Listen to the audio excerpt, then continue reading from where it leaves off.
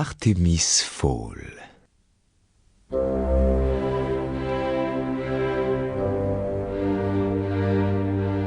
Prologue.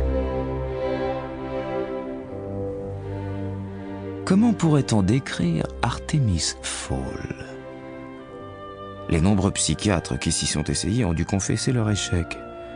La principale difficulté de l'entreprise réside dans l'intelligence d'Artemis. Celui-ci parvient en effet à déjouer tous les tests auxquels on le soumet. Face à lui, les plus grands esprits du monde médical se sont trouvés plongés dans une infinie perplexité, et nombre d'entre eux, balbutiants et hagards, sont retournés dans leurs propres hôpitaux, à titre de patients, cette fois. Artemis est sans nul doute un enfant prodige. Mais pourquoi un être aussi brillant a-t-il décidé de consacrer sa vie à des activités délictueuses? Voilà une question à laquelle une seule personne serait en mesure de répondre. Or, il prend un malin plaisir à ne jamais parler de lui-même. La meilleure façon de tracer un portrait fidèle d'Artemis consiste à faire le compte-rendu détaillé de la première entreprise scélérate qui l'a rendu célèbre. Il m'a été possible de procéder à cette reconstitution grâce aux interviews de première main qu'ont bien voulu m'accorder ses victimes. À mesure que se déroule le récit, chacun pourra constater à quel point la tâche était malaisée.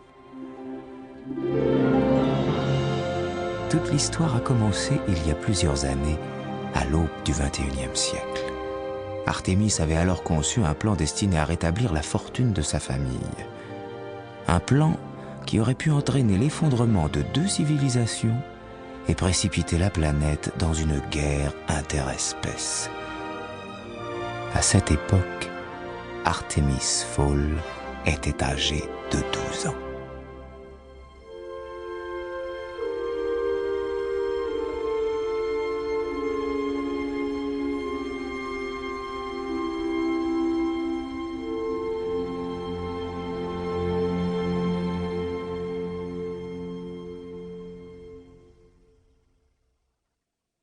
Pour continuer à écouter ce livre audio gratuitement, cliquez sur le lien dans la description et vous pourrez l'écouter en entier sans frais grâce à l'essai de 30 jours d'Audible.